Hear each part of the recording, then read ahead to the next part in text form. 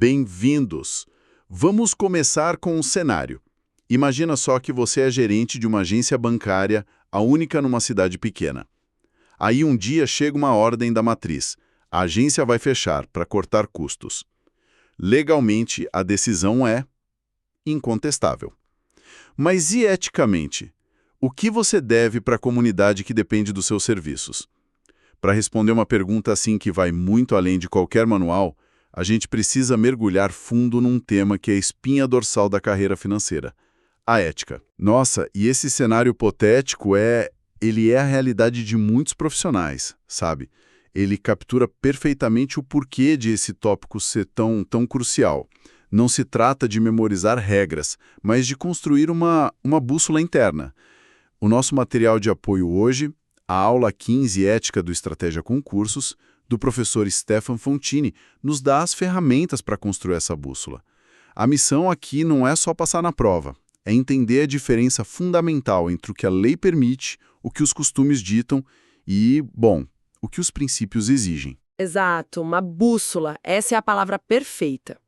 Então, ok, vamos desempacotar isso. A ideia é sair daqui com essa bússola calibrada, sabendo distinguir de vez ética de moral, usando os exemplos e as questões de concurso que a aula traz pra gente.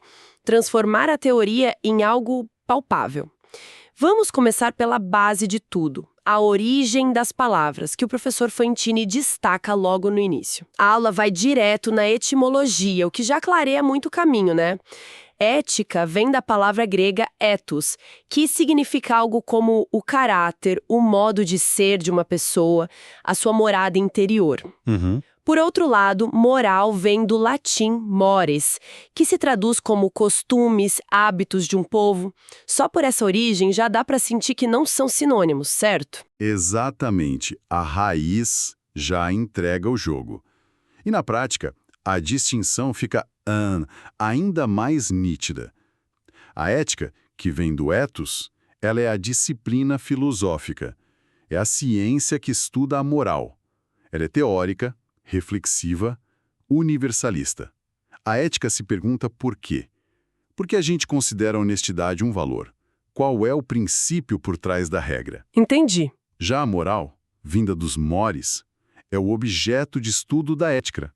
É o conjunto de regras de costumes de uma cultura específica, num tempo específico. A moral é prática, normativa e temporal. Ela diz o que pode e o que não pode nesta sociedade agora. Sabe, para tentar fixar isso, eu pensei numa comparação. Vê se funciona. Seria como se a ética fosse a ciência da engenharia civil, com seus princípios universais sobre gravidade e resistência dos materiais e tal. Gosto. Onde você quer chegar? E a moral fosse a planta de um prédio específico, com as regras daquela construção. A engenharia vale no mundo todo, mas cada planta é única, adaptada ao terreno, à cultura local. Faz sentido. Essa analogia é excelente. Ela captura, uns 90% da questão. E para chegar no 100%, a gente pode adicionar um terceiro elemento, a legislação, que seria o código de obras da cidade. Ah, boa. Porque aí a gente volta para o nosso dilema inicial do gerente de banco. Fechar a agência é legal, está de acordo com o código de obras. Pode até ser moralmente aceitável dentro da cultura da empresa que visa o lucro para os acionistas. Mas é eticamente defensável, considerando o princípio de responsabilidade social.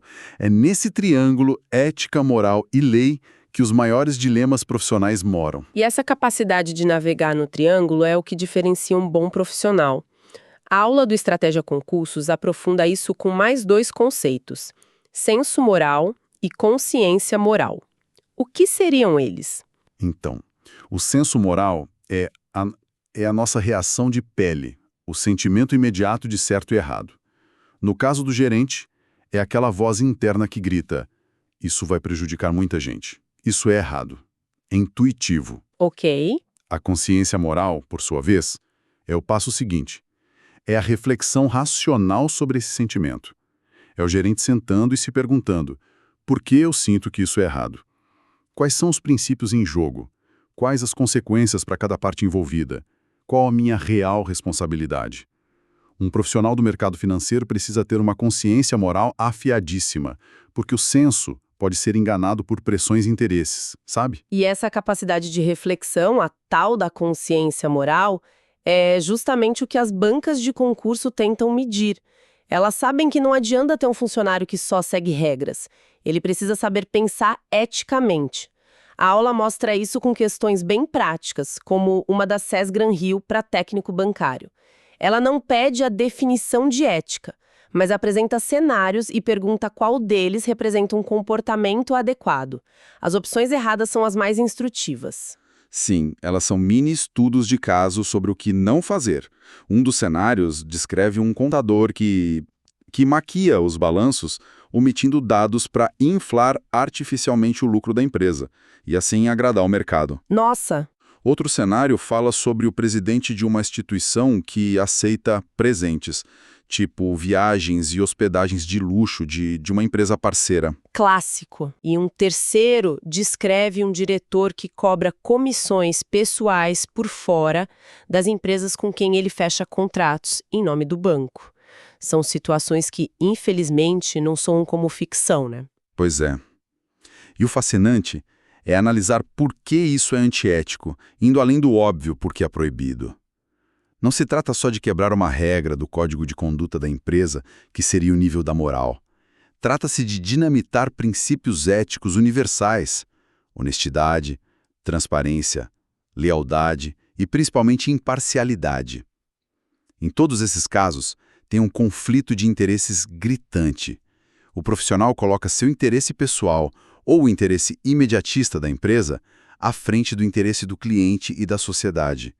Ele está corroendo o ativo mais valioso de uma instituição financeira, a confiança. E essa ideia de minar a confiança me leva a pensar: o problema raramente é só uma maçã podre, não é? A cultura da organização inteira precisa ser discutida, principalmente a relação dela com quem está do lado de fora. Isso nos leva a um conceito que a aula explora bem: a ética no nível dos stakeholders. Exato. Analisar esses casos individuais nos força a ampliar o foco. O conceito de stakeholders, como o professor Fantini define, é essencial aqui. Não estamos falando apenas dos shareholders, os acionistas. Stakeholders são, todas as partes interessadas ou afetadas pela organização: clientes, funcionários, fornecedores, a comunidade local, o governo, a sociedade em geral. O banco não é uma ilha, né? E nesse nível, as questões éticas ficam ainda mais complexas, espinhosas. A aula levanta alguns exemplos que dão um nó na cabeça. Um deles: qual a obrigação de uma empresa ao informar os riscos de produtos como tabaco ou bebidas alcoólicas? É uma briga direta entre a ética da transparência e a moral corporativa do lucro. Totalmente. E outro exemplo bate exatamente no nosso dilema inicial. Qual a responsabilidade de uma empresa ao fechar uma fábrica numa cidade pequena, onde ela é a principal empregadora? A responsabilidade legal termina com o pagamento das verbas rescisórias, mas a responsabilidade ética com a comunidade que foi construída em torno daquela fábrica, essa não está em nenhum contrato. Pois é. E a aula ainda toca num ponto nevrálgico: o financiamento de campanhas políticas por grandes corporações. A pergunta que fica no ar é: o que esses patrocinadores esperam em troca?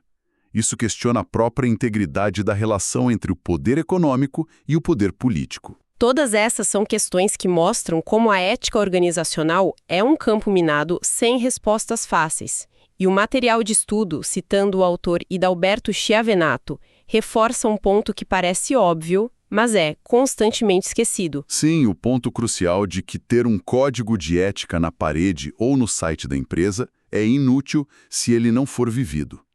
Schiavenato argumenta que a organização precisa garantir ativamente que todos os seus parceiros, internos e externos, não apenas conheçam, mas pratiquem esses princípios. A ética precisa estar na cultura, nas decisões diárias, do estagiário ao CEO. Não pode ser só um documento do departamento de compliance, entendeu? Certo. Então, se a gente juntar todas essas peças, para quem está se preparando para a prova, com um olho na questão, como podemos sintetizar o que realmente importa? Qual é o padrão por trás das perguntas que as bancas elaboram? Olha, no fundo, depois de analisar tudo isso, a gente percebe que a banca quer testar uma única coisa: O candidato consegue diferenciar o que é uma regra local, imutável, amoral, do que é um princípio universal e permanente, a ética. E mais importante, ele consegue aplicar essa diferença sob a pressão de um dilema prático. Todas as questões se resumem a testar essa habilidade fundamental. Então, essa é a regra de ouro. E como essa regra se manifesta nas provas? Bom, ela se manifesta de 3 formas principais, que são os padrões que a aula identifica. O primeiro, é claro, o domínio da diferença conceitual. O porquê versus o quê. Isso. Precisa saber que ética é o estudo filosófico, o porquê, e moral são os costumes, o quê. A aula até menciona uma curiosidade. Uma questão da CESP considerou correta uma definição que descrevia ética como um conjunto de regras, que é tecnicamente o conceito de moral. Ué, mas aí a própria banca errou. Exato. Mostra que até a banca pode escorregar. Mas o candidato que domina a diferença real consegue navegar até por essas imprecisões com segurança. Saber o certo te ajuda a identificar o erro, mesmo que seja o da banca. Faz todo sentido. E qual a segunda forma? A segunda é a aplicação em cenários práticos.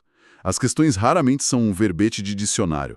Elas apresentam dilemas, como os que a gente discutiu, para testar se o candidato consegue usar a teoria como ferramenta. A teoria é o mapa, mas a prova quer saber se você sabe dirigir no trânsito caótico do mundo real, com todas as suas pressões e zonas cinzentas. E a terceira? E a terceira é a compreensão da responsabilidade organizacional. As bancas esperam que o futuro funcionário de banco entenda que a ética não é um ato heróico isolado, é um compromisso sistêmico. O candidato precisa entender as obrigações da empresa com todos os seus stakeholders, não apenas com os acionistas.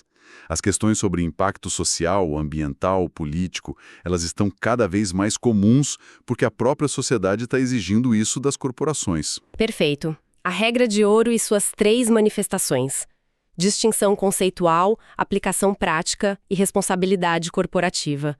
Acho que isso amarra muito bem os pontos essenciais da aula e dá um norte claro para os estudos. Sim, o material nos dá as ferramentas para entender as regras do jogo e os princípios por trás delas.